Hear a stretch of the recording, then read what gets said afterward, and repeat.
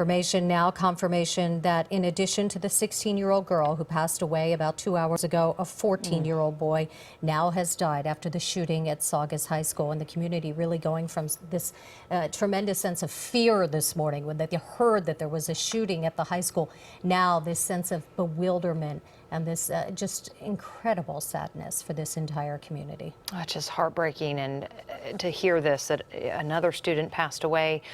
Henry Mayo Hospital staff updating us on this, and they mentioning that they train for this year-round, and they are prepared for something like this, going into the code triage to receive these patients, getting 4 students who had been shot there. They can't confirm if one of those patients is actually the suspect, who we know at this point is in grave condition, but they still have another student there.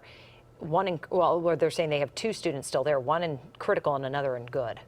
Yeah, so 2 injured there, 2 taken to another hospital, Holy Cross Hospital. We don't have information on their condition yet, but this is KCAL 9 News at noon. I'm Sandra Mitchell along with Jasmine Veal. Breaking news coverage: shooting at Saugus High School. It happened at 7:38 this morning. As we just heard from the Sheriff's Department, a gunman, a student, a 16-year-old boy at the high school, and police have identified him. They know who he is. He then turned the gun on himself and shot himself in the head. He's in grave condition at the hospital. He walked into the quad area, so that's an area outside the gymnasium, outside some of the classrooms. It's an area where with a lot of benches where children congregate in the morning before classes. He opened fire. We don't know if any words were exchanged or anything like that, but he opened his backpack, pulled out this .45 caliber semi-automatic handgun, shot 5 other students before turning the gun on himself. And as we just heard, 2 of those students, a boy and a girl, have now passed away.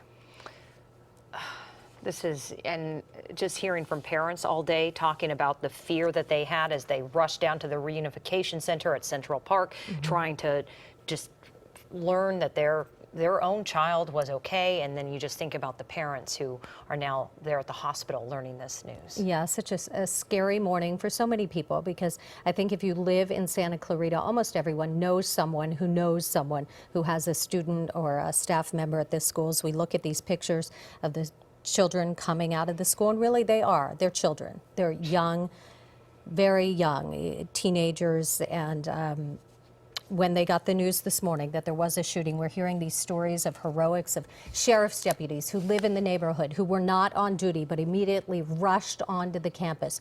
We're hearing stories of teachers and staff members there who grabbed children, pushed them into the classroom, and the children were instructed, and they've practiced this before, but they couldn't believe it was really happening, as we heard from them this morning.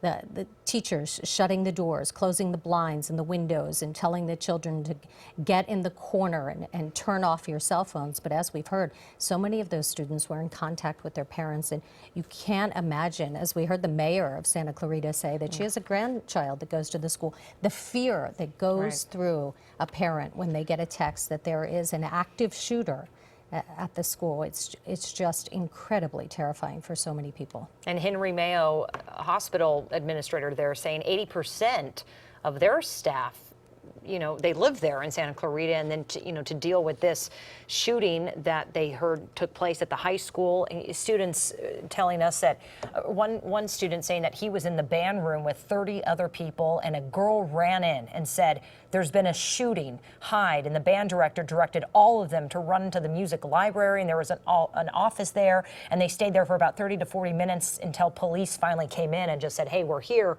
remain calm, we're going to get you out of here." But oh, just the fear, you know, those 30, 40 minutes seeming like a lifetime. Yeah, we were talking about the people who responded to help these children. One of my friends, a father, was pulling up to drop off his son at the school, and they didn't understand at first what was going on. They just saw people running, and then of course they heard that there was gunfire, and so just started pushing children into his car, and then taking them to a house nearby as residents opened their homes to allow the children to come inside and hide. We see investigators on the scene right now. So now, as this turns away from an active shooter to an active investigation, we know that the gunman, and we can't even call him a gunman, he's 16 years old. The shooter was a student there at the high school. Today is his birthday.